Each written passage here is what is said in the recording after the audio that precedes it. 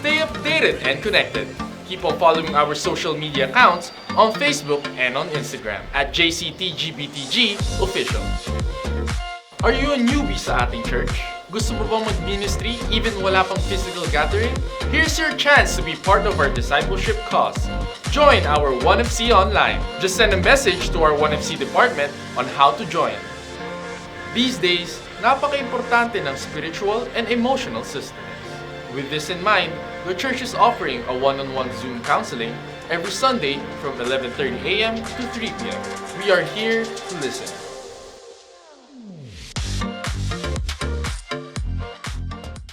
Hello!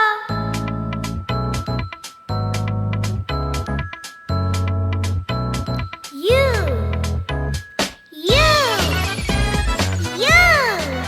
I know all of you have TikTok accounts po. Have you followed us na po? Di pa po? Why naman?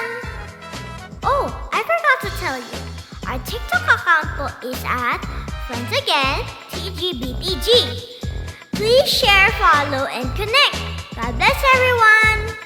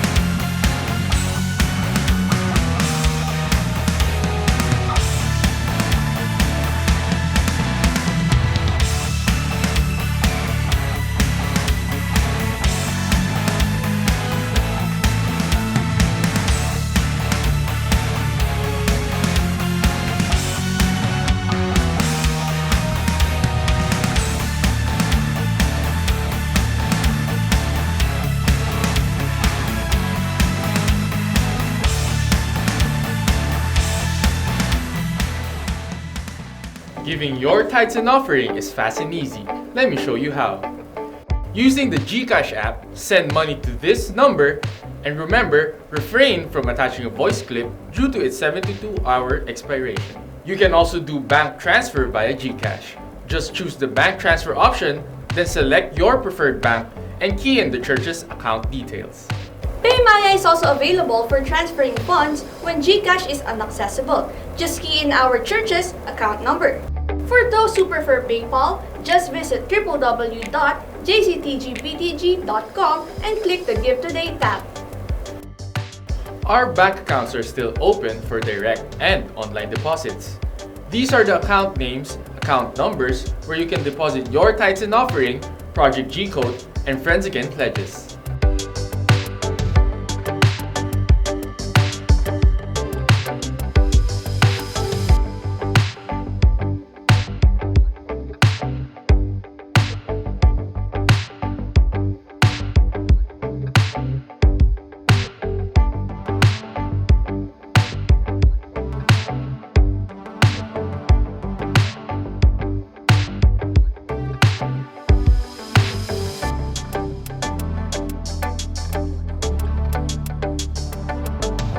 Remittance centers such as Western Union, M. Luwalier, Cebuana Luwalier, and Palawan Express are also your options when giving. Please write down Judith Labunsad or Efren Lopez as receiver and provide this contact number.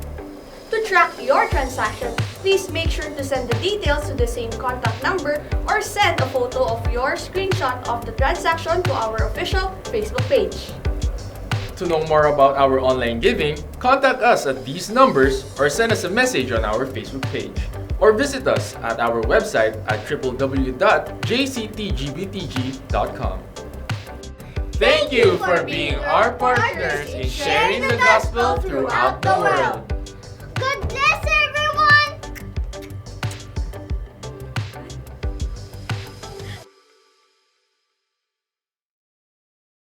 Are you feeling lonely, scared, or worried? I get it too sometimes, but the Lord loves us so much that He has a gift for me, you, and all of us. Do you know that Christ died for our sins?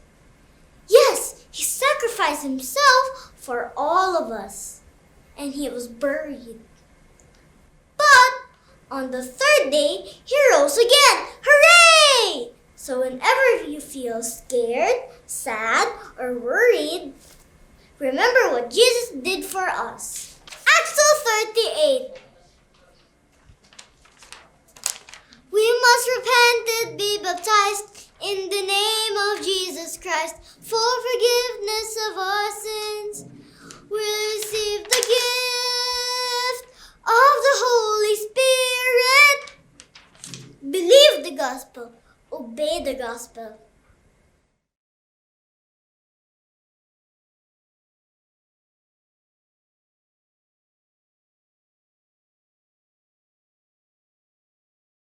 Purihin ng Panginoon, magandang umaga po sa inyong lahat mga kapatid kaibigan. Welcome sa ating Friends Again and Jesus Christ, to God be the glory. Isa pong kagalakan na muli na naman po tayong magsama-sama sa gawain ng ating Panginoon sapagkat alam ko po na natutuwa ang Espiritu ng ating Diyos, sampu ng ating mga Espiritu na tayo po ay muling magkatipon sa ganito pong gawain. Amen? At tayo po ay magbibigay kaluguran sa ating Panginoon. Magpapasalamat po tayo sa Kanya sapagkat sa kabila po ng pandemic na to ay talagang inaalagaan po tayo ng ating Diyos. Samantala tayo po muna ay magbasa ng ilang talata sa Biblia sa Psalms 132 verses 7 to 9. Let us go into His tabernacle. Let us worship at His footstool. Arise, O Lord, to your resting place, you and the ark of your strength. Let your priests be clothed with righteousness, and let your saints shout for joy. Purihin po ang Panginoon, tunay nga po na napakahirap po kasi magalak sa panahon ngayon ng pandemic, pero ang sabi, kapag tayo po ay nakasuot palagi ng katwiran ng ating Panginoon, hindi po mawawala sa atin ng kagalakan. Kaya lamang po, dapat po nating alalahanin na tuwing ganito pong sitwasyon, sa tuwing ganito pong panahon na tayo po ay talagang pinagkakaisa ng ating Diyos para tayo po ay makadalo sa pag-worship sa paanan ng ating Diyos. Nang sa ganun po, maaabot po natin ng lakas ng ating Panginoon sapagkat wala po tayong kinakailangan sa panahon ngayon kundi magkaroon tayo ng kalakasan upang mapagtagumpayan po natin ang lahat ng mga pagsubok natin. Samantala, yuko po natin ang ating mga ulo at tayo po'y manalangin. Dakilang Ama, maraming salamat po sa pagkakataon na to na kami po'y muli pong makakapagpasalamat at magbibigay galang sa inyo. Hinihiling po namin, Lord God, na iunat mo yung mapagpalang kamay sa bawat isa sa amin. Basbasa mo po kami, Lord, at gawin niyo po kaming kaaya-ayang handog sa inyong harapan. Tulungan niyo po kami, bigyan mo kami ng bukas na kaisipan upang maunawaan po namin ang lahat po ng ituturo sa amin ng aming beloved Bishop at ibigay mo po sa kanya double portion ng iyong anointing upang kaming lahat ay muling magkaroon ng kalakasan. Sa iyo pong lahat ng kapurihan, ito pong samot dalangin namin sa nag-iisang pangalan ng aming Panginoong Hesus at ang lahat ay magsabing Amen.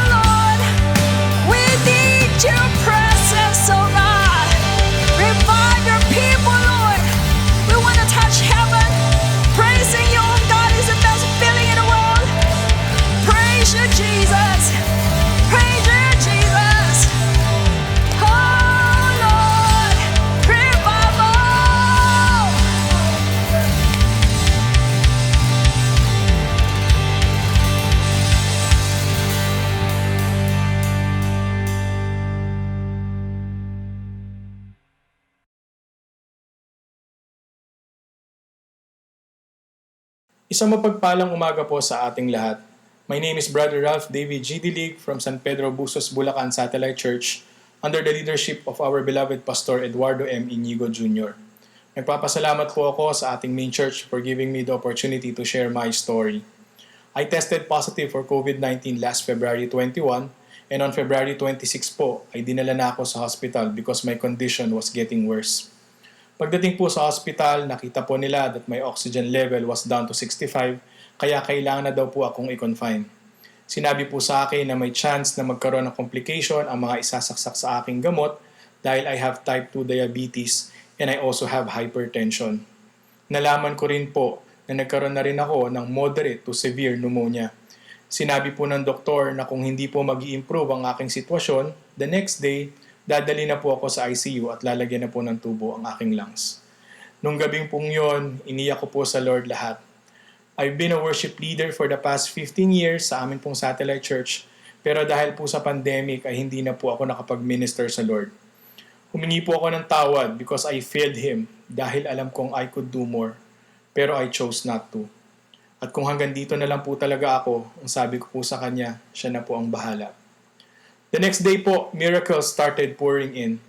Nag-improve po yung oxygen level ko kaya hindi na po nila ako dinala sa ICU. Yung mga sinaksak po sa aking gamot, surprisingly, hindi po nagkaroon ng adverse reaction sa aking katawan. And then yung wife ko po, lumabas yung kanyang swab result at nag-negative po siya sa COVID. Over the next few days, nag-regress na rin po ang pneumonia sa aking katawan. And finally, on March 11, nakalabas na po ako ng hospital since I was declared po as clinically recovered from the virus. Isang patotoo pa po, inabot po ang hospital bill namin ng milyon. Pero sobrang faithful po ng Lord dahil sobrang dami po ang tumulong sa amin. Every day po, we had to produce 100 to 120,000 at nakukumpleto po namin yon bago mag-cut off. Ganun po ka-faithful ang Lord, mga kapatid. Salamat po sa ating main church, kay Bishop at kay Pastora, lalo na po kay Pastor Ludwig at kay Admin Leslie na nag-reach out personally sa akin at sa lahat na rin po ng bumakap sa prayers. Sabi nga po ng Bible, the prayer of a righteous man is powerful and effective. Kaya alam ko pong napakalaki ng naging papel nila sa paggaling ko. Siyempre po sa aming mahal na pastor, kay Pastor Edong at kay Pastora Marovic, salamat po sa inyo. Ganun din po kay Pastor John Cancio at Pastora Sonia Bicas, maraming salamat po. Alam niyo po mga kapatid, isa sa mga kinapitan namin noong mga panahon na yon ay yung Psalm 91. Araw-araw po namin siyang dinadasal at kiniklaim yung mga pangako na nakapaloob po doon. Simula po noon ay naging everyday na ang aming family devotion. At bilang pagtatapos po, sabi nga po ng awitin ng IDO4, life is a wheel that turns around. Sometimes we're up, sometimes we're down, but it won't matter as long as you're around. Wala na pong sasarap sa buhay na kasama ang Lord. Salamat po sa Kanya sa pangalawang buhay na ito. To God be the glory.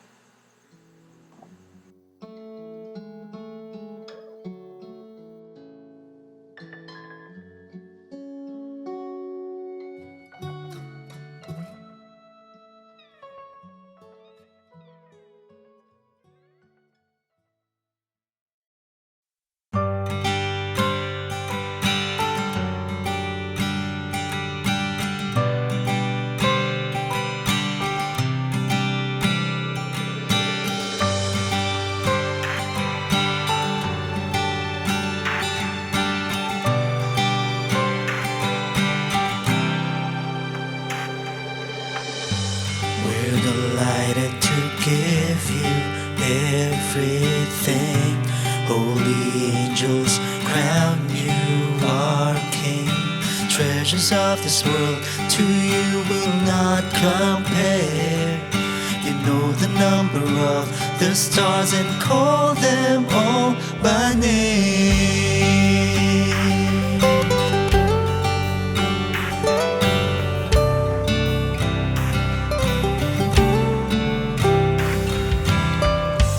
You alone created the heavenly lights. Your glory towers above the earth. Let everything in life declare your faithfulness. Let all you've done unite to worship you, our risen God. Holy, you are worthy.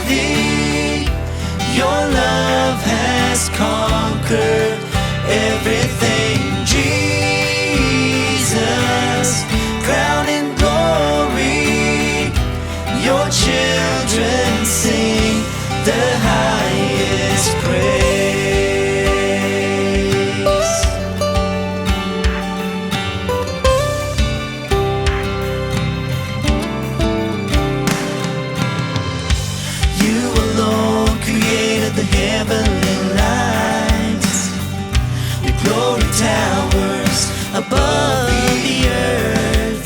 Let everything in life declare your faithfulness. Let all you've done unite to worship you, our risen God. Holy, you are worthy. Your love has conquered everything. Jesus, crowned in glory, your children sing the highest praise. Holy, you are worthy. Your love has conquered everything. Jesus, crowned in glory, your children sing the highest praise.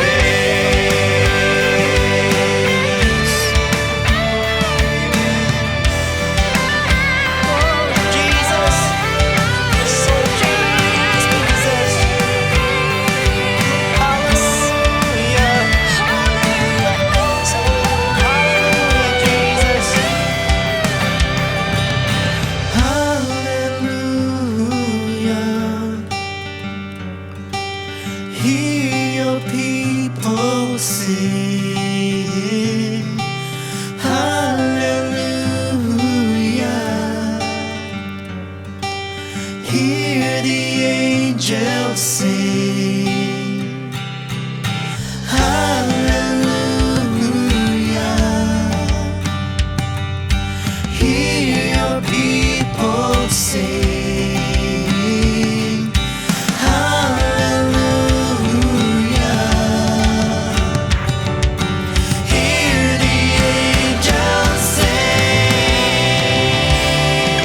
holy, you are worthy.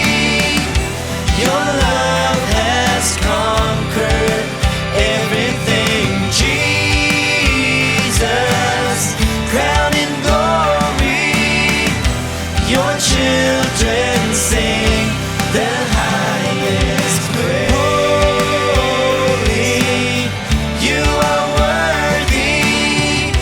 Your love has conquered everything. Jesus, crowned in glory, your children sing the highest praise.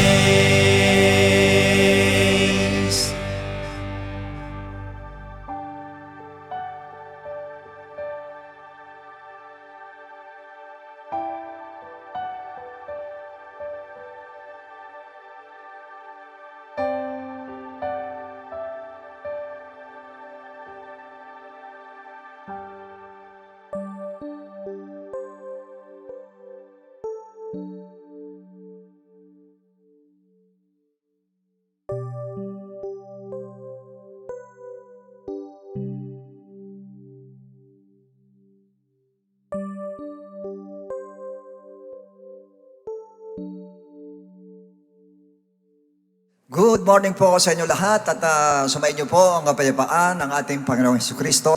Salamat po sapagkat sa araw na ito ay muli tayong binigyan ng Diyos ng pagkakataon para mag-aral ang kanyang salita. At alam niyo, pirmi natin dapat sasamantalahin itong pagkakataon sapagkat hindi natin alam kung patuloy tayong bibigyan ng pagkakataon na tayo po ay magkasama-sama para sa ganun po ay makapaghayag ng salita ng Diyos ang ating Panginoon. Kaya sasamantalahin po natin lahat ng gawain, atinan po natin para makasiguro po tayo na kailangan magbaon ng salita ng Diyos para kung darating man yung mga pagsubok po ay para tayong matatag na nakatayo sa bato at hindi sa buhangin po para hindi babagsak yung ating pananampalataya. But of course, bagong lahat ay manalangin muna tayo kung natin ang ulo natin.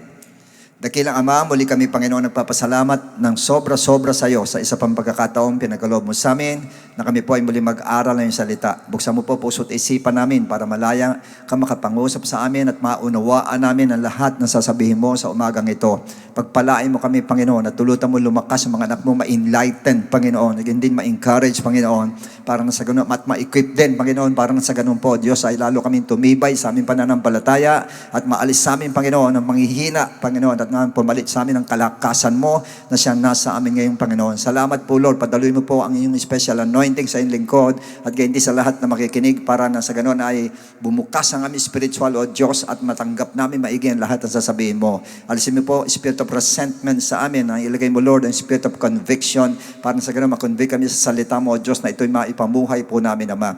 Umaasa kami na tagumpay pagkatapos po nitong mensaheng ito, Lord. Salamat po in Jesus' name. Amen and amen.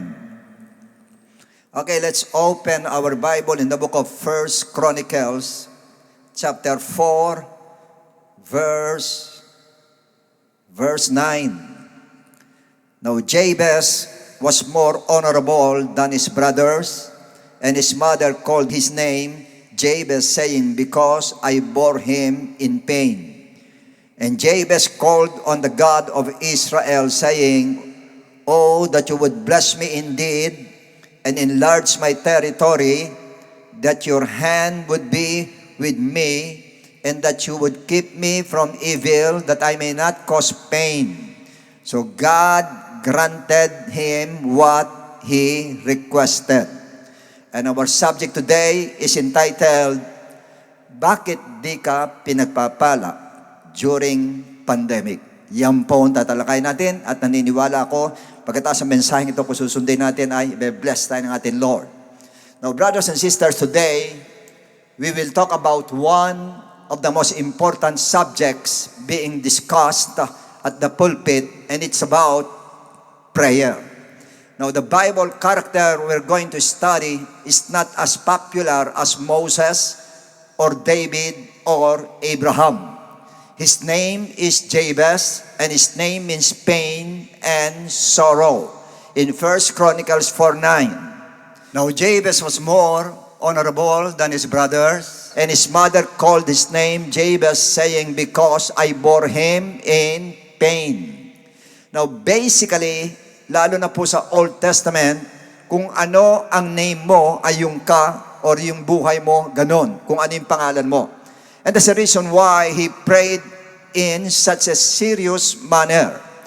For your information, in the book of Job, chapter 14, verse 1 says, man who is born of woman is of few days and full of trouble. Doon daw pinanganak ng isang babae ay punong-puno ng kapigatian at punong-puno ng kaguluhan. So the Bible clearly says that man who is born of woman is full of trouble or sorrow. And that's the reality about man because of the nature of sin of Adam and Eve. But by the grace of God, that curse was eliminated when we were born again and started to obey His words. But we cannot deny the fact that suffering is still part of our lives. Not only because of trials God make us pass through, but also because of the situation of the world which is under the power of darkness. That's why I believe that we need the prayer of Jabez. Now, the Bible says that God granted him what he requested. And that's what is the most important when we pray. Yung tugunin tayo ng Lord, or that God answers our prayer. Because an answered prayer is very discouraging and sometimes demoralizing and even makes our faith waver. So we may observe that the prayer of Jabez was very short but very well thought of, and that God could not resist. Now in verse 10, the Bible says, and Jabez called on the God of Israel, saying, oh, that you would bless me indeed. Oh, that you would bless me indeed. Yun ang unang sinabi niya. In his prayer, Jabez first said, Lord, bless me. Yan may sabihin nun, bless me. Now, pag sinabing bless me, naniniwala ako maraming areas ito, pero kasama po ang tinatawag na financial prosperity. Now, marami mga preachers ang nagsasabi na ang blessing sa New Testament ay hindi kasama ang financial at saka ang healing. Yun ang sabi nila. Pero ano nga ba ang totoo? Yan ang tanong ngayon. Now, as far as financial blessing is concerned, God really gave His people riches in the Old Testament. So 14 verses in 1 Kings 3:12 to 13. Behold, I have done according to your word, sabi ng Lord kay Solomon. See, I have given you a wise and understanding heart, so that there has not been anyone like you before you, nor shall any like you arise after you. And I have also given you what you have not asked, both riches and honor, so that there shall not be anyone like you among the kings of all your days. In 1 Chronicles 29:12 says, both riches, take note, both riches and honor come from you, and you reign over all. In your hand is power, and might in your hand it is to make great and to give strength to all. So makikita natin sa mga supporting verses na binigay ng Lord sa atin, na ang Diyos po ay talaga nagpapala sa financial. Doon po sa Old Testament, malinaw na sinasabi ng ating Lord. But in the New Testament, God gave no direct promise of riches to His people. Walang direkta po. In fact, in the book of Ephesians 1:3, Scripture says, Blessed be the God and Father of our Lord Jesus Christ, who has blessed us with every spiritual blessing. Bless us with every spiritual blessing in the heavenly places in Christ.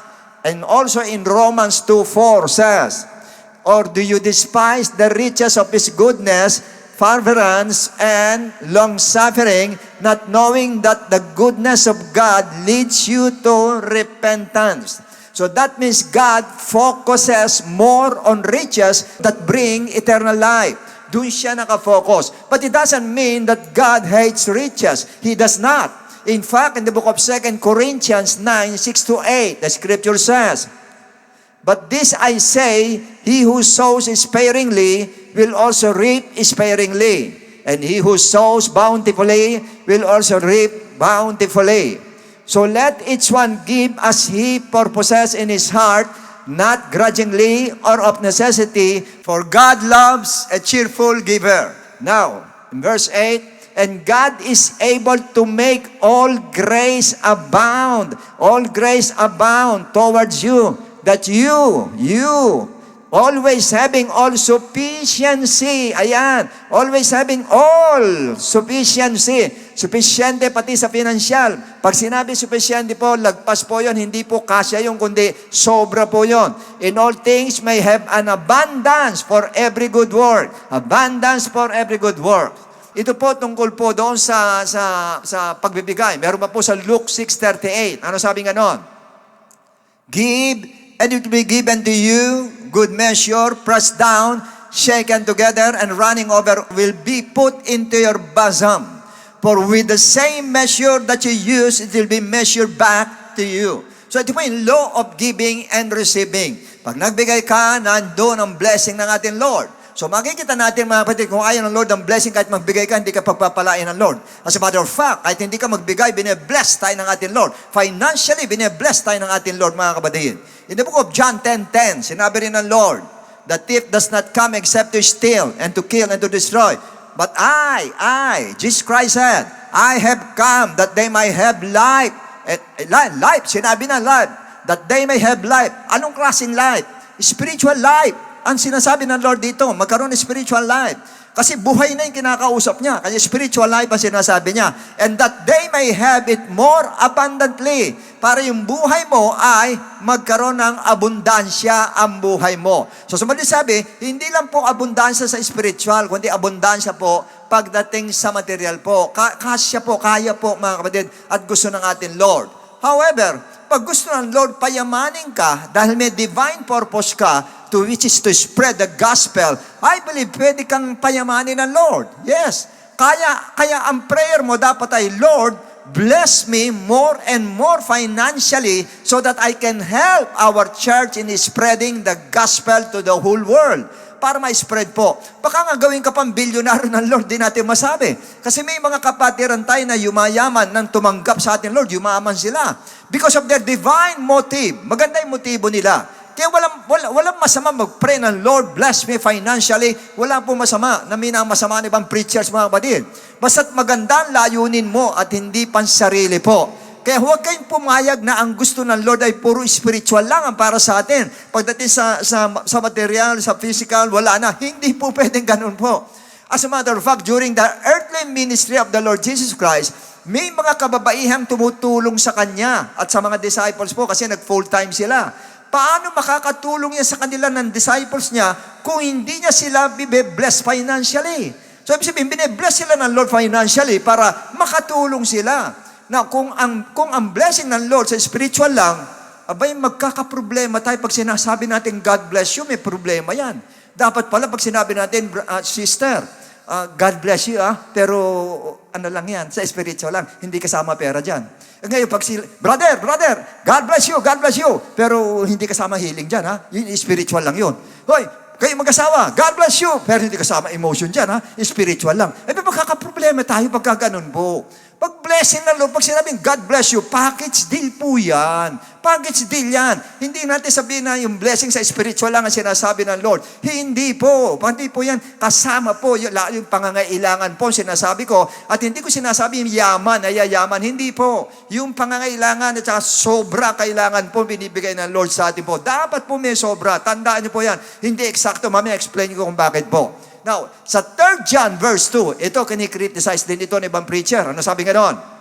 Beloved, I pray that you may prosper in all things and be in health just as your soul prospers. Tatlo yan, Prosper, in health, yung soul. So, tatlo pinag-uusapan.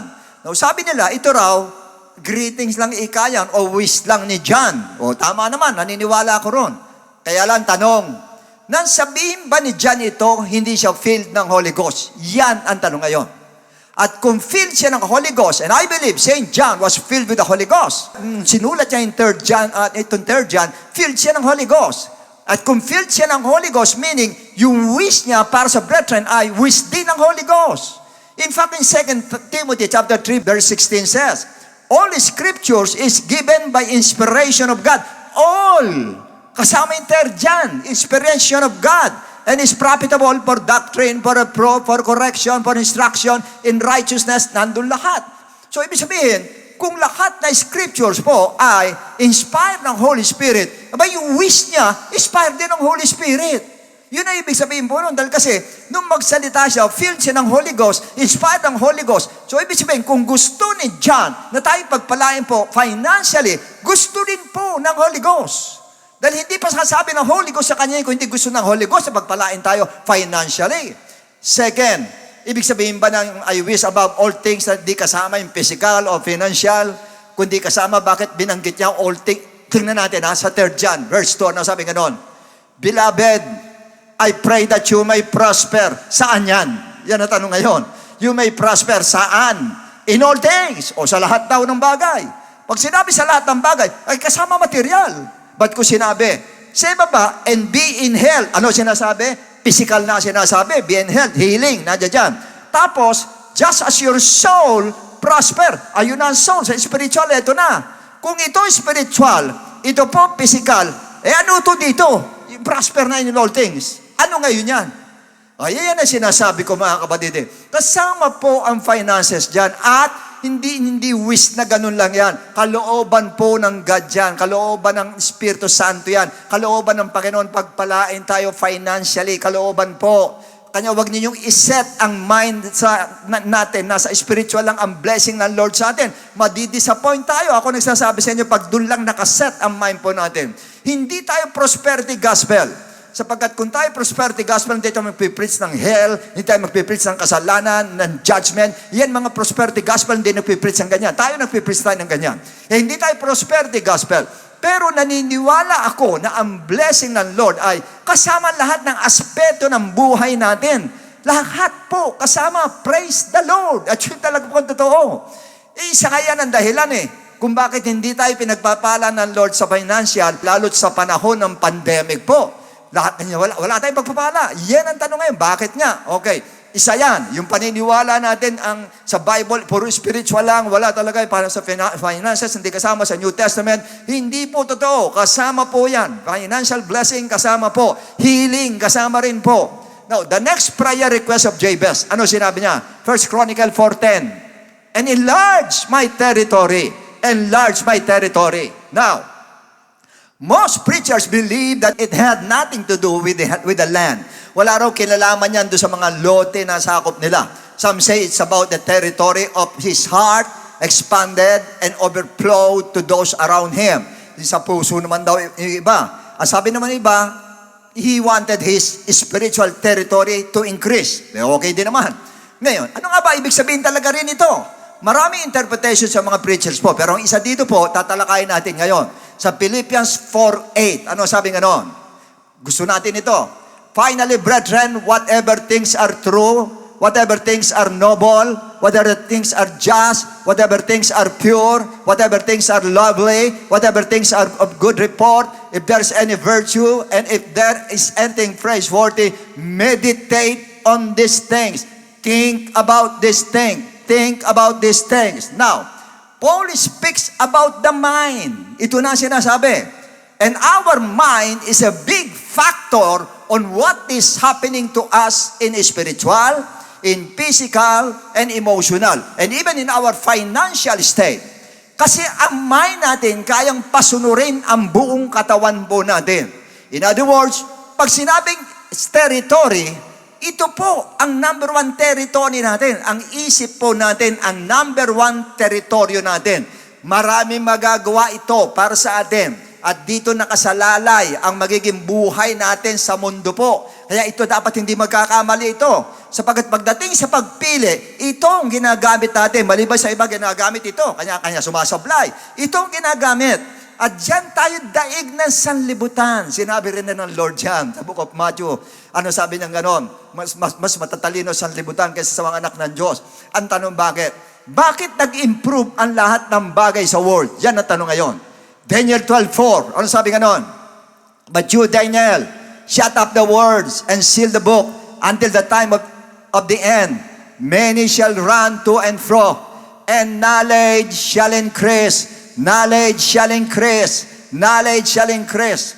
Knowledge shall increase. Pag sinabing knowledge, kasama po ito. Ang isip natin, ang utak natin, nag-i-increase, nag-i-enlarge. Dapat. Yun ang knowledge ng world. At nag-i-enlarge ang teritoryo nila. Nag-i-enlarge yung ganito nila. Example na lang. Nung araw walang ilaw sa mga tahanan. Ewan ko, may mga gusaling maliliit lang noon. Pero may nag-enlarge ng territory niya. In-enlarge yung mind niya. Hanggang sa na-invento yung ilaw. Kilala natin, si Thomas Edison. Siya po ang naka-invento niyan. Kaya imbis po na gasera ay nagkaroon ng ilaw, may bumbilya ngayon at nagkaroon ng ilaw tayo po.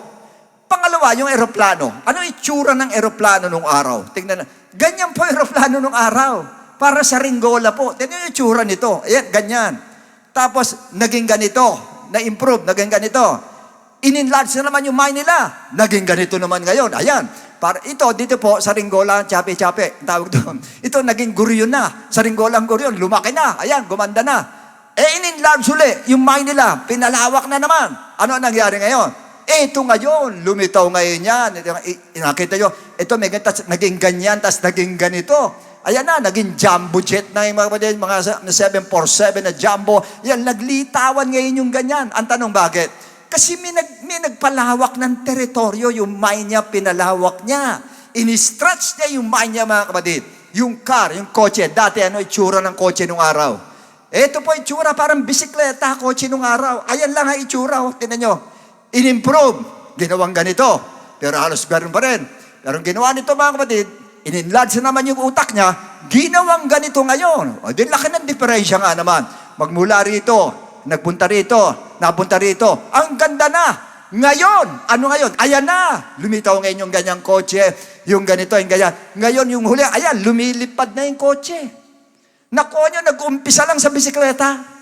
Halos bisikleta pagkatapos, eto na ngayon. Ganyan na, lumilipad na yung kotse. Ang tanong bakit? In-increase yung mind nila. Talaga nag-enlarge sila ng territory, nag-enlarge sila ng mind po nila. Kanya naabot ito mga kapatid. At isang araw magugulit kayo mga lahat ng kotse lumilipad na dahil sa traffic. Mangyayari po yan. Ngayon, yung land transport, yung mga daanan, yung mga roads, from all roads, ayan ang roads nung araw. Ganyan po, ganyan katindi, ganyan karumi. So madali sabi, nag-improve ng konti, naging ganito. Ngayon, ano na ang mga roads ngayon mga kapatid? Tingnan natin kabila. Ayan, nagkaroon na ng tulay, nagkaroon what do you call that, yung overpass. Ganyan ang overpass sa ibang bansa. Sa libat yan mga kapatid, nagkaganyan na. Nagkaroon ng mga bridges na ganyan mga kapatid. Nagkaroon ng subway. Ito sa ilalim ng lupa. Nagkaroon na rin. Imagine pati lupa, gawin mong kalsada. Yung ilalim, naging kalsada. Ganun katindi kasi may nagpalawak ng utak. Meron pong pinalawak yung teritoryo niya nung lumawak na. Ganyan ang nangyari po sa atin. Nakita nyo nung araw, pati yung mga astronaut natin hanggang saan lang, hanggang sa outer space lang sila. Pero narating, pati buwan, narating mga kapatid. Kasi pinalawak yung utak po nila. Although lahat na aminin natin, sa Diyos po lahat yan. Kung di sila bigyan ng utak ng Lord, hindi nila magagawa yan. Pero kaya lang, ang ginawa nila, ginamit nila yung utak na binigay ng Lord sa kanila. Pinalawak nila yung isipan po nila. So meaning, yung lahat na nakikita natin, mga modern technological advancement na yan, ay galing sa territory o isip ng tao na nag-enlarge. Kaya yung mabagal, bumilis. Yung matagal, dumali. Yung mabigat, gumaan. Why? May nag-enlarge ng territory po. Abay, kung hindi nag-enlarge ng territory at hanggang ngayon, ganun yung mga kotse natin, ganun ang daanan natin, ganun ang aeroplano natin. Ay, ang bagal yung... Imagine lang niyo, ganun parang bisikleta yung kotse natin. Ano mangyayari? Lahat yan, ganyan ang sasakyan. Eh parang nakaparada lahat yan sa traffic, sa bagal mga kapatid ng flow ng traffic. Eh, ibig sabihin, dito na ipinapayagan ng Lord talaga na mag-improve talaga ito na talagang lumawak tong ganito natin para sumabay doon sa panahon. Habang dumadami mga tao, sumasabay doon sa panahon. Humihirap ang sitwasyon, sumasabay doon sa panahon. Para yung magaan o yung mabigat ay maging magaan at yung matagal ay dumali. Pinadadali. Now, kung nagawa nila yan, yun na hindi sila bound sa Word of God, hindi bound sa gospel ng Lord. Abay, what more tayo, mga mananampalataya? May Diyos tayo, may salita pa ng Diyos, may Holy Ghost pa. Ano pa ang kulang? Ito na lang. Palalawakin na lang ito. Palalawakin natin na maigi. Kaya iniintay ng Lord sa atin, nag-aantayan tayo ng Lord. Minsan sinasabi, Lord, bless mo kami. Eh, paano kita i-bless? Ano, hindi mo naman sinasabi, enlarge my territory o i-enlarge ko yung mind ko, yung isip ko, at ako ang bahala. Ang Diyos ang bahala. Wala eh. Basta pengi lang, blessing yun lang sa atin eh. Hindi mo, bra. Kailangan yan, nasa mind natin, nakikita ng Lord yung plano natin. Magagandang plano natin, nakikita ng Lord na ini-enlarge natin talaga yung isip natin para maabot natin yung mga dapat natin maabot. Kaya sabi ng Proverbs, ano sabi nga nun? Proverbs 23, verse 7. For as he thinketh in his heart, so is he. Hindi naman nag-iisip ang heart eh. Sino man nag-iisip? Yung utak na nag-iisip. Patungo dito sa heart po natin. So sabi, kung ano raw iniisip mo na napunta sa puso mo ay, yun na. Yun na. Kanya ngayon, yan ang problema ngayon eh. Ang tanong bakit? Pandemic ngayon. Ang dami sa mga believers, imbis na palawakan yung teritoryo, pinaliliit yung teritoryo. Pinaliliit yung kanilang nananatiling maliit yung teritoryo, pinaliliit yung teritoryo nila. Ano nasa isip? Ang hirap ngayon, ang hirap makabawi ngayon, ang hirap ng buhay ngayon, puro mahirap mga kapatid. Oh yes, mahirap ang buhay ngayon. Mahirap talaga, pati sa sakit, ang hirap ngayon talaga. Dahil pumunta ka sa ospital, puro ospital. Pero sabi ng Lord sa Jeremiah 32 verse 27, nagtanong siya I am the Lord, the God of all flesh. Is there anything too hard for me? May mahirap ba sa akin? Sa atin mahirap. Pero sa Diyos natin, wala pong mahirap sa Diyos. Kaya sinasabi mo mahirap, sa iyo lang yan. Pero sa Diyos, hindi po mahirap. Ibig sabihin, kahit mahirap ang buhay ngayon, pag in-enlarge mo yung mind natin, yung isip natin, makakaya mo sa pamamagitan ng atin, Lord, makakaya natin. Makakabangon ang business mo, kikita ka ng maganda. Huwag mo lang paliitin ang teritoryo mo, yung isip mo. Huwag natin pa-shrink o paurungin mga kapatid, kundi palawakin natin maigi ito. Palawakin natin maigi. Lalo yung naalala ko isang leader ng bansa. Alam mo, kilala nyo lahat yan. Habang nilulutas yung problema ng pandemic, through health protocols, vaccine ando doon, lockdown, ginawa niya lahat. Panay naman tayo niya ng infrastructure. Panay ang paggawa ng karsada, panay ang paggawa ng bridges, panay ang paggawa ng overpass, ng hospital, ng airport, panay ang bilhin ng military weapons. Why? Ba't niya ginawa yun? Kasi alam niya, kung mag-enlarge siya ng teritoryo at kikilos siya o isa sa katuparan ng plan niya pagkatapos pa ng pandemic, ay gagapang ng gusto ang bansa sa hirap. Dahil nanggaling sa paghinto, tapos mag-umpisa ka uli, ang hirap. Kesa na nakaumpisa ka na. Dahil nag-isip ka, nakaumpisa ka na. Katulad yan, kung ano yung ginawa niya noon, ginawa niya during pandemic. Pag nawala ang pandemic po, grabe, ang bilis ng pag-akyat natin. Kasi nakahanda na yung gagamitin. Dahil kumilos, pinalawak niya, during pandemic, pinalawak niya ito. Itong pinalawak niya. At yan ang pinakamabigat na dahilan kung bakit hindi tayo pinagpapala, mga kapatid. During pandemic, pinaliliit natin yung teritoryo natin. Imbis na palawakin natin, pinaliliit po natin. Kaya kung titignan natin kung bakit ibang kapatiran pinagpapala during pandemic, tingnan nyo, ba't yung iba pinagpapala? Ba't yung iba hindi? Yan ang tanong. Nag-i-enlarge ang teritoryo during pandemic. Hindi nila iniisip na mahirap ang nag-concentrate sila upang kumita. Wala yung pandemic dito, pandemic dito. Hindi na inalis yung pandemic sa isip nila. Lumagay doon sa pagkakakitaan. Yun ang nilagay po nila sa isip nila. Para lumawak ang kalang kaisipan. Alam nyo, naalala ko yung isang kilalang negosyante, kilala siya, na ngayon meron 270 billion pesos ang pera niya. Paano nangyari yun sa kanya samantalang galing siya sa hirap at talagang mahirap lang siya?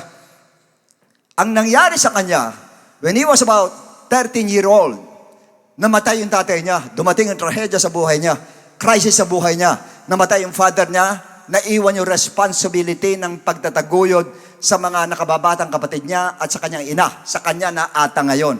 Imagine at the age of 13, walang naiwan na yaman yung kanyang ama. Siya ngayon ang papasa nito sa madaling sabi. Ano isipan na isang 13 gulang na bata? Ano isipin niya para papasanin mo yung pagkain siya, magpapakain sa apat yatang kapatid niya, pati sa nanay niya siya magpapakain, pati sa bahay siya uupa. Anong iisipin yan? Paano niya maiisip yan? Pero hindi sumuko itong batang ito eh. 13 taong gulang, alam niyo ginawa niya? Naglako siya ng mani. Naglako. Hindi pumesto, naglako. Grabe hirap maglako ng mani. Pero ginawa po niya yon. Pagkatapos hindi pa siya nasiyahan. Nung makaipon siya ng konti po, nagtinda siya sa palengke. Okay, nung magtinda na sa palengke, unti-unti ngayon, sa kabila ng trahedya ng buhay niya. Ibig sabihin, sa kabila ng kanyang crisis na yon, hindi niya hinayaang manatiling maliit ang teritoryo niya. Hindi niya ang hirap nito, 13 years old lang ako, ano mangyayari sa amin, wala na kaming pag-asa. Hindi ganun ang ginawa niya. Inisip pa rin niya, aasenso pa rin ako pagdating ng panahon, aasenso rin ako pagdating ng panahon. At sa sipag at tiyaga, naging puhunan niya. Nagkaroon siya ng determinasyon na matutupad yon. Yung mga plano niya sa buhay po. Hanggang sa unti-unti, umangat ang buhay niya. Alam niyo, noong 1957, nagtatag siya ng corporation na gumagawa ng iba't ibang produkto ng maiinom at makakain.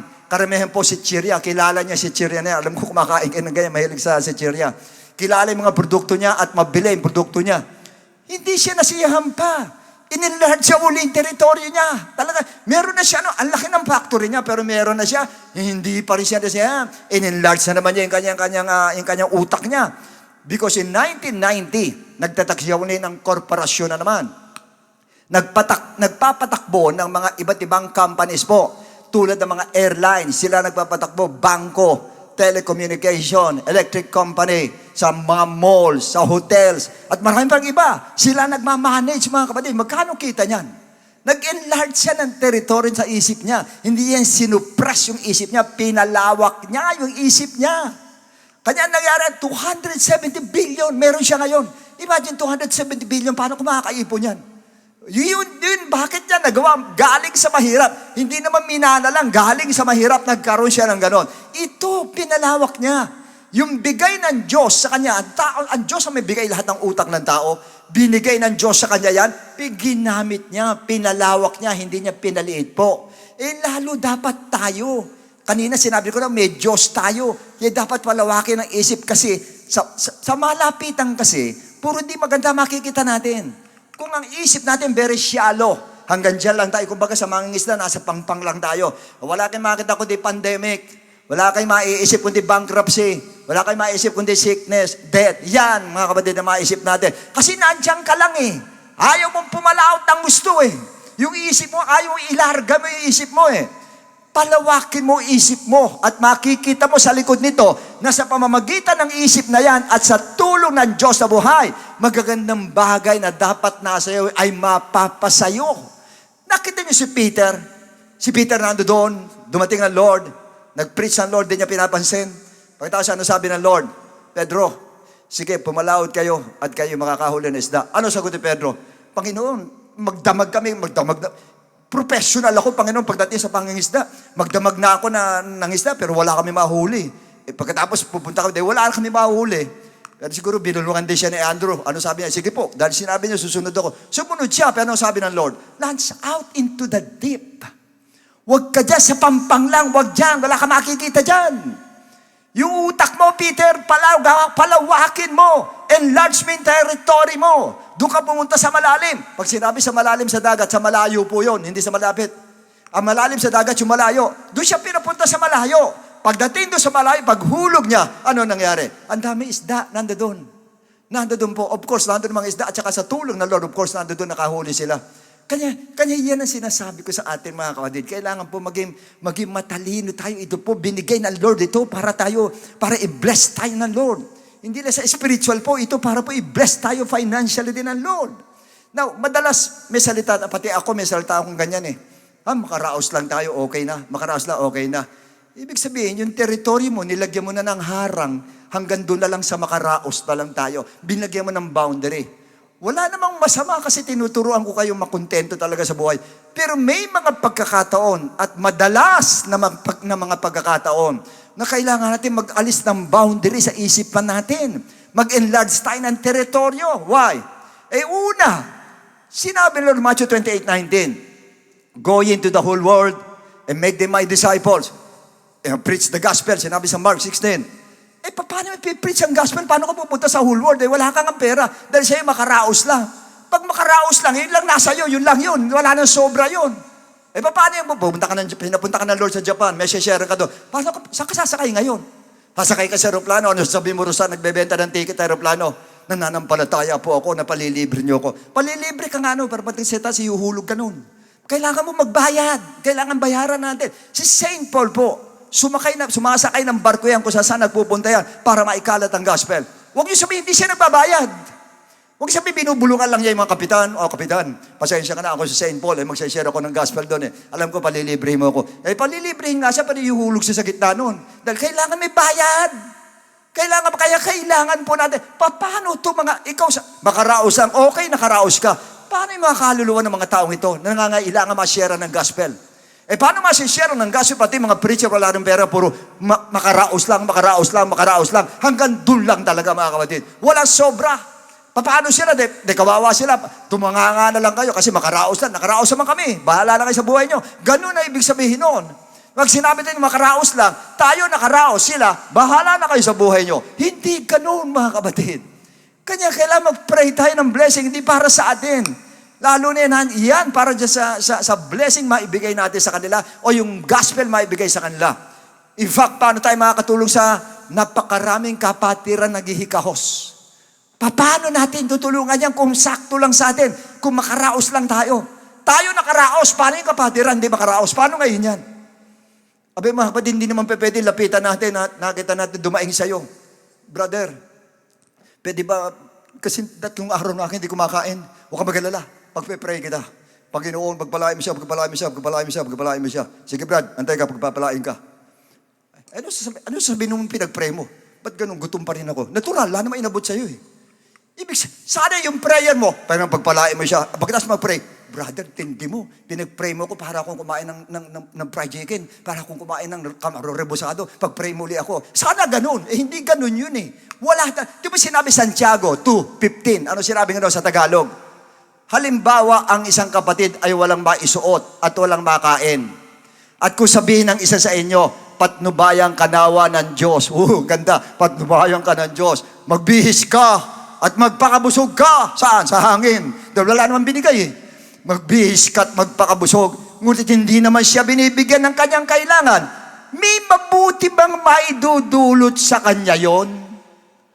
Ano mabuting maidudulot ng pagpalain ka ng Diyos, pagpalain ka at sige magpakabusog ka? Wala ka naman binigay. Wala raw mabuti na maidudulot sa kanya yon. Ang tanong bakit? Wala ka maibigay. Ang tanong bakit? Makaraos lang eh. Gusto mo makaraos ka lang? Wag! Kanya kailangan meron tayong pasobra talaga na hinihingi sa Lord para pantulong natin po na lahat tayo dapat nakakatulong tayo sa mga kapatid na naghihirap. Not to mention ang bansa natin naghihirap sa ngayon po. Grabe paghihirap ng bansa natin. Paano tayo magkakawang gawa? Kung puro makaraos lang ang nasa isip natin lahat po. Wala po mararating pagkaganon po. Hindi po obra. Kaya kailangan ng prayer natin, Lord, i-bless mo po kami, Panginoon. Kung maaari, bless mo kami ng marami, Lord, para matulungan ko siya, matulungan ko yan. Pati sa church, Panginoon, matulungan yung mga preacher para kumayo sila, para maikalat ang gospel ng Lord. Yun ang dapat nasa mind natin, hindi makaraos lang. Tanggalin na natin sa utak natin yung makaraos lang. Ulitin ko, ako rin ganyan nun dati. Pero hindi pala dapat, mga kapatid. Kasi nakakaraos nga tayo. Paano yung iba? Yung hindi makaraos, paano ngayon yan? Wala na pa makatulong ngayon sa kanila ngayon. Tayo inaasahan na tutulong, hindi tayo makatulong din dahil makaraos lang, mga kapatid. Kaya nga, yung third request ni Jabez, may kaugnayan nito, yung pangatlong hiling niya, ano sabi? 1 Chronicles 4:10, ano sabi ganon? That your hand would be with me, na sumaaki ng kamay mo, Panginoon. Now, unang ibig sabihin nito, para yung kamay mo ang mag-lead sa akin para hindi ako maligaw na landas. Pero isa sa spiritual meaning nito, para makita ng iba, yung kamay mo ang nagbe-bless sa akin na malaman nilang buhay ang aking Diyos. Pero isa pa po sa may meaning nito, pag bine-bless ka ng Lord at nag-bless ka naman sa iba, makikita nila kung paano kumilos ang kamay ng Diyos sa prayer nila sa pamamagitan ng pagtulong mo sa kanila. Kanya ano resulta pag gano'n? Pag natulungan sila, ano resulta? Na gustong-gusto ng Diyos, ano yung resulta yon? 2 Corinthians 9:11-12. While you are enriched in everything, kasama pinansyal, for all liberality, which causes thanksgiving through us to God. Yung iyong pag-enrich sa lahat ng bagay, pagbibigay siya sa lahat ng bagay, abundansya sa lahat ng bagay, at sa iyong pagbibigay na siya nagiging dahilan para magpasalamat sa Diyos sa pamamagitan ng blessing na binigay mo sa Kanya.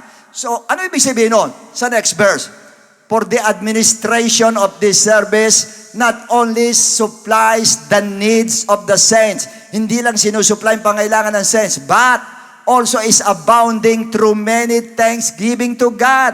Umaapaw ang nagpapasalamat sa Diyos. Marami nagpapasalamat sa Lord. Pagka tayo po tumutulong sa iba, puro thank you Lord ang marinig natin. Kung di natin tinulungan, ano sabihin noon? Hindi ba, paano magpapasalamat? Lord, salamat po, naghihirap kami. Salamat po, wala kami makain. Salamat po, wala kami maiduman. Wala ka naman sabihin niya salamat sa ganun. Siyempre, magpapasalamat dahil bless siya. At tayo ang gagamitin niya. Ikaw ang ginamit kayo na nag-pray ka ng blessing ngayon para maitulong po sa Kanya. Ganun ka-importante po. Na hindi ka humingi ng blessing para sa sarili mo lang. Hindi.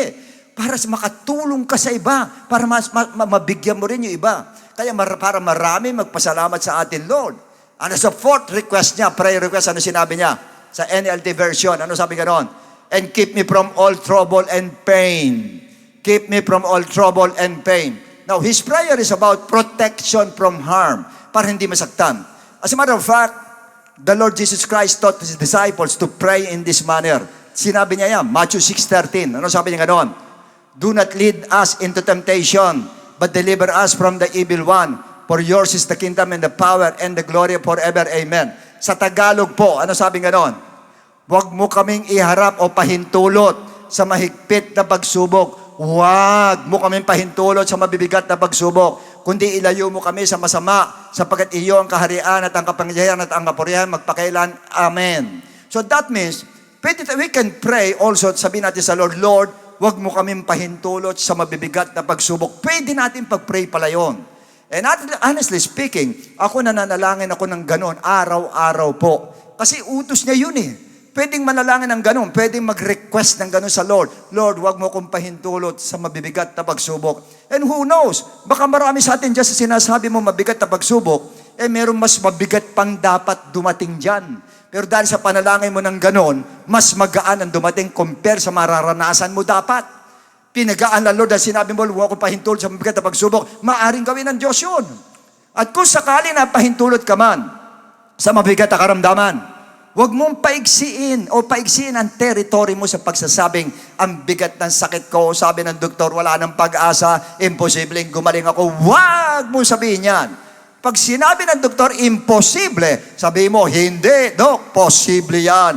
Gagaling ako, posible yan. Why? Ang Diyos na nagsabi, Mark 9:23, ano sabi ng ganon?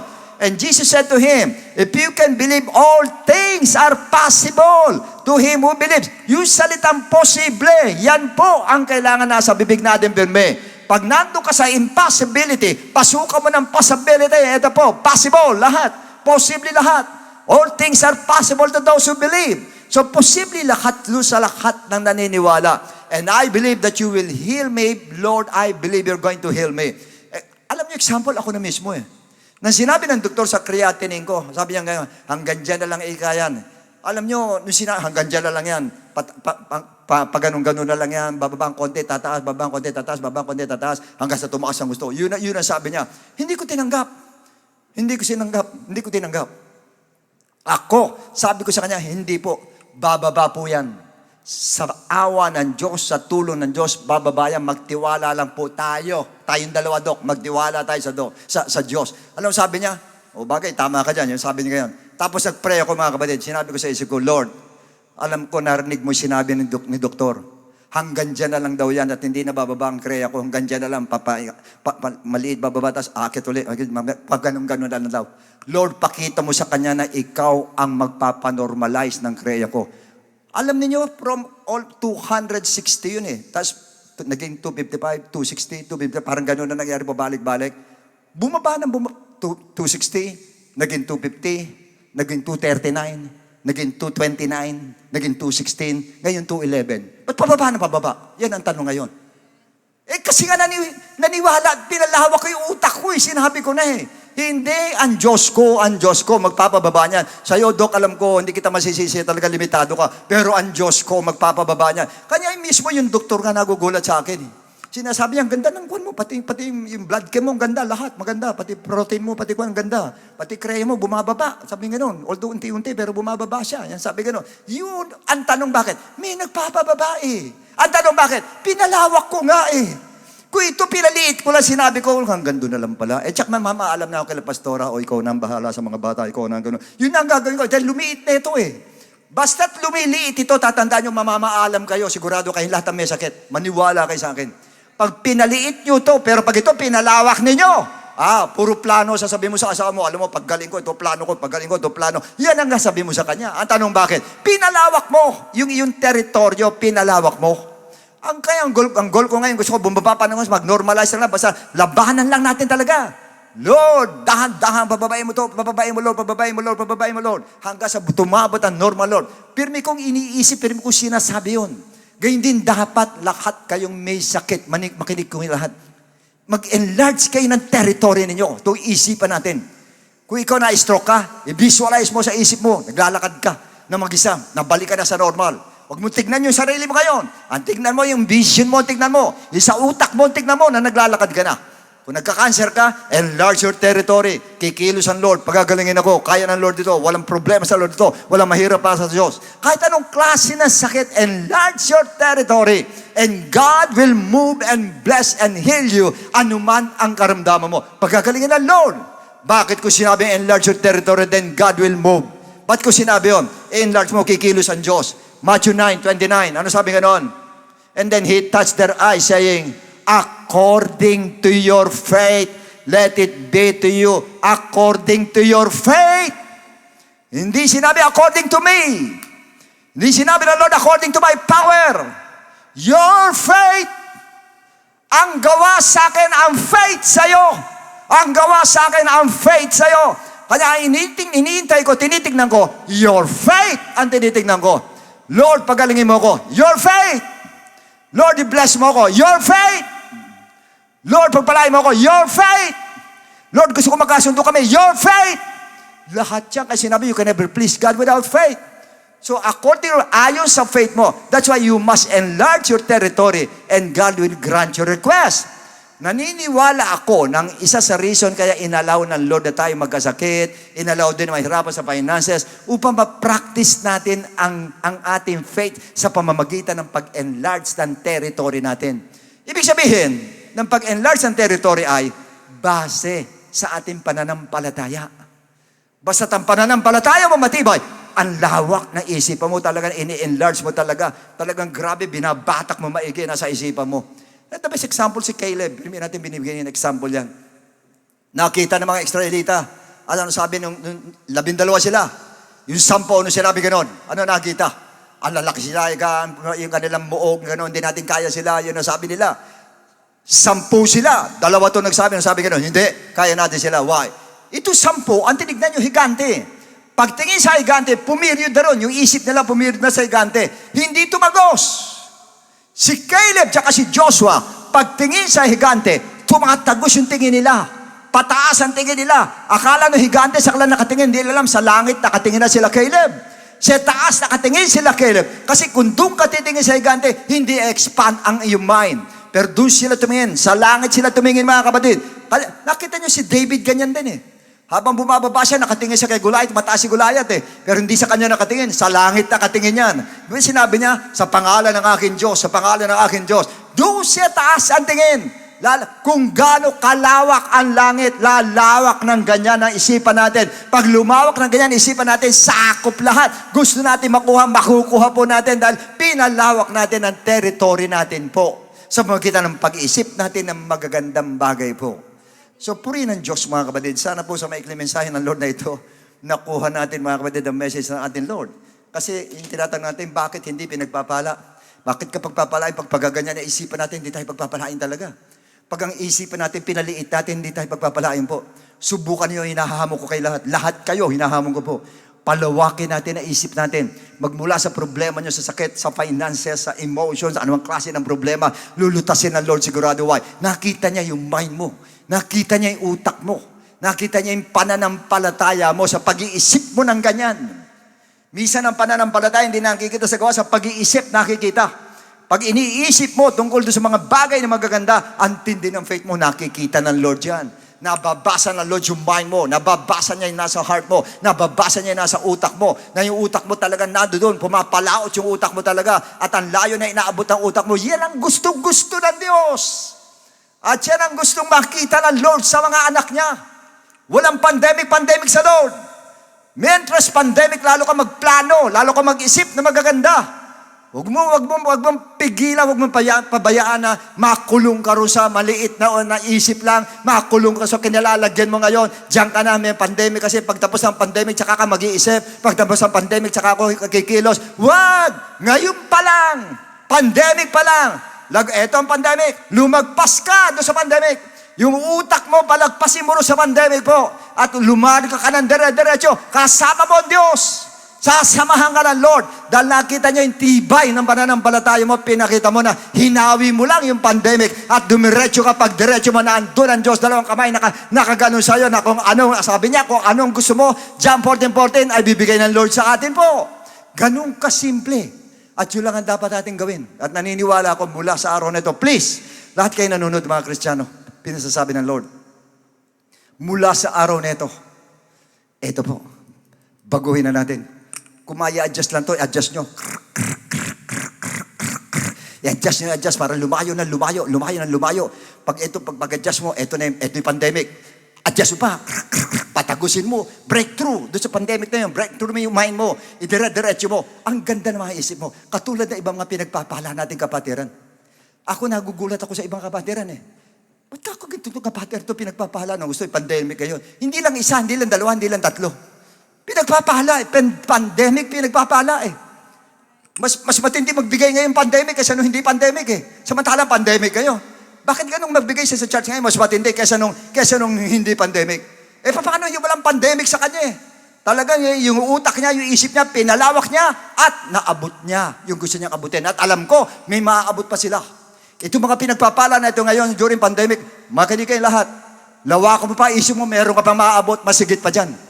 Thus saith the Lord, pinasasabi ng Lord, mas higit pa dyan na maaabot mo para makita ng lahat, makita ng kapatiran na walang pandemic sa Diyos, walang ganyan sa Diyos, walang economic crisis sa Lord. Basta't ito lang pakilusin mo at ang pananampalataya mo. Kikilos ang Diyos na buhay sa atin. Kikilos siya at makikita mo kung ano talaga ang Diyos mo, kung sino ang Diyos mo at kung paano kumilos ang Diyos mo. Magpapakita ang Diyos sa'yo. Tityakin ko sa'yo. Kumilos ka lang, mag-isip ka lang, palawakin mo lang ang teritoryo mo. Yun lang ang sekreto.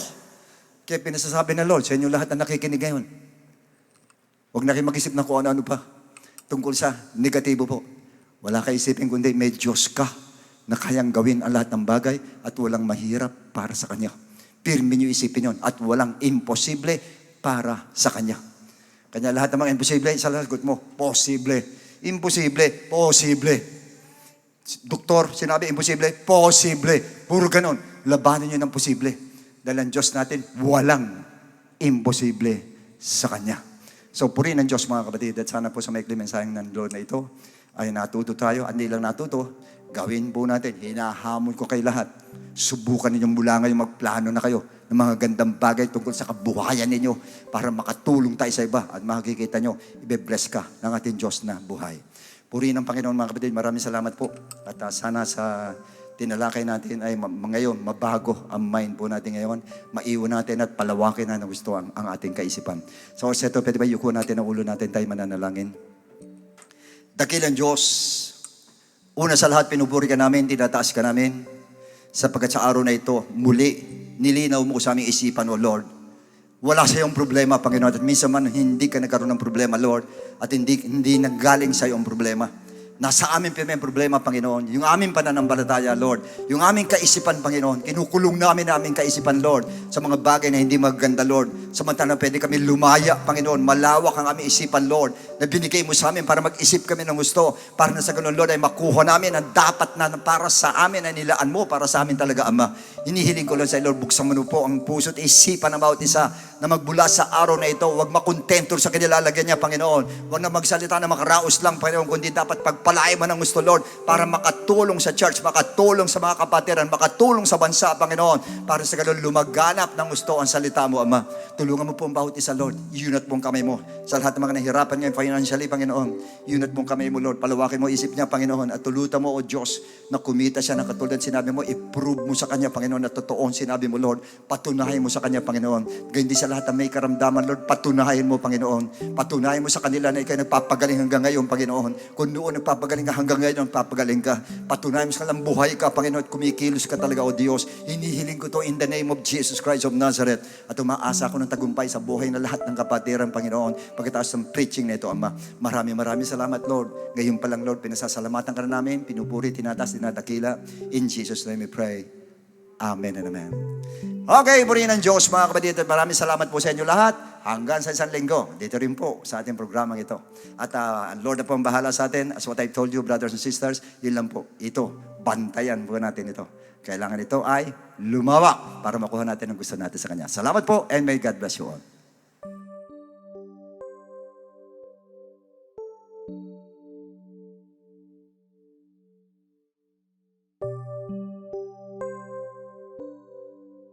Praise God, isa pong mapagpalang umaga sa inyo pong lahat at salamat po sa Lord through our beloved Bishop sa isang napakaganda at encouraging message na alam ko po na nagbigay po ng kalakasan sa bawat isa po sa ating ngayong umaga regarding the prayer of Jabez. At naniniwala po ako para mas maging effective po yung prayer na yan, especially to all our first-time viewers, is we need to have Jesus Christ in our lives by believing in His gospel. Kaya lang po, ano po ba yung gospel ng ating Panginoon that we need to believe? In 1 Corinthians chapter 15, verses 1 to 4. Moreover, brethren, I declare to you the gospel which I preached to you, which also you received, and in which you stand, by which also you are saved, if you hold fast that word which I preached to you, unless you believed in vain. For I delivered to you first of all that which I also received, that Christ died for our sins, according to the Scriptures, and that He was buried, and that He rose again the third day, according to the Scriptures. Now, the gospel of Christ is about the death of Christ, the burial of Jesus Christ, and the resurrection of Jesus Christ that we need to believe. Kaya lang po, right after we believe, hindi po dyan natatapos. We need to apply this gospel to ourselves. Sa paano pong paraan? By obeying the gospel. In the book of Acts chapter 2 verse 38. Then Peter said to them, repent, and let every one of you be baptized in the name of Jesus Christ for the remission of sins, and you shall receive the gift of the Holy Spirit. Now, first is repentance. It symbolizes the death of Christ. Tayo naman po'y magsisisi naman po ng ating po mga kasalanan, kasabay naman po ng pagkamatay ng ating Panginoon. So para bagang pinapatay po natin ang ating pong mga kasalanan sa pamamagitan po ng repentance. At naniniwala po ako, no matter how big your sins are sa ating Panginoon, the Lord is willing and able to forgive you as long as nandoon po yung genuine repentance po sa atin. So yan po yung unang step. We need to repent. And second, we need to be baptized in the name of Jesus Christ, which symbolizes the burial of Jesus Christ naman. So para bagang inililibing naman po natin ang ating po mga kasalanan, kasabay naman po ng paglilibing kay Kristo. So babautismuhan po tayo sa tubig in the name of Jesus Christ. At hindi po yan paghuhugas lang ng katawan, kundi yan pong tubig niyan ay nakakapag-alis po ng ating pong mga kasalanan. So yan po yung pangalawang step. We need to be baptized in the name of Jesus Christ. And the third step is we need to receive the gift of the Holy Spirit, which symbolizes the resurrection of Jesus Christ or yung muling pagkabuhay ng ating Panginoon after 3 days. In fact, once we receive the gift of the Holy Spirit, we are also receiving power. Naniniwala po ako na marami po sa atin gusto mo magbago, kaya lang nahihirapan ka. But once you receive the Holy Spirit, the gift of the Holy Spirit, yan po ang tutulong po sa atin para mapagtagumpayan yung lahat ng ating po mga weaknesses, para makapagbago po tayo, para maalis po yung ating mga weaknesses. Gain din, mapagtagumpayan yung all the works of the evil forces of darkness, the works of the flesh sa ating buhay. At yan din pong Holy Spirit ang mag-guide po sa atin para makasunod po sa kalooban ng ating Panginoon. Kaya po, kailangan matanggap po natin ang kaloob ng Espiritu Santo, and that is the third step. So again, unang-una, we need to repent. Second, we need to be baptized in the name of Jesus Christ. And thirdly, we need to receive the gift of the Holy Spirit. And that is what we call the good news, and that is the gospel of Jesus Christ. At this moment, sa lahat po na gustong tumanggap sa ating Panginoon, pwede po ba na itaas po ninyo inyong dalawang kamay bilang tanda ng pagsuko? Yuko po ninyo ang inyong mga ulo, and please repeat after me with this prayer. Panginoong Jesus, lumalapit po ako sa iyo bilang isang makasalanan. Patawarin mo po ako sa lahat ng aking mga pagkakamali at pagkukulang. Sa oras na ito, tinatanggap po kita bilang sariling tagapagligtas at tinatanggap po kita bilang Diyos ng aking buhay. Naniniwala po ako na ikaw ay namatay, ikaw ay nilibing, at sa ikatlong araw ay nabuhay na magmuli. Tulungan mo po ako makapagsimula ng bagong buhay. At idagdag mo po ako sa iyong kaharian. Maraming salamat po sa pangalan ni Jesus. Amen. Sa lahat po ng interested magpabaptize, andyan po mga telephone numbers po natin sa baba po ng mga screens po ninyo. Pwede po kayong tumawag dyan, nansagay mabigyan kayo ng instructions kung paano po pupunta sa lugar at makapagpa-schedule po ng water baptism. Gayun din po, pwede kayong mag-message po sa ating pong FB page. You can leave your message there. Nansagay masagot po namin kayo para mabigyan kayo ng further instructions. So once again, on behalf of our beloved Bishop, pagpalain po kayong lahat ng ating Panginoon. God bless every one of you, and to God be all the glory.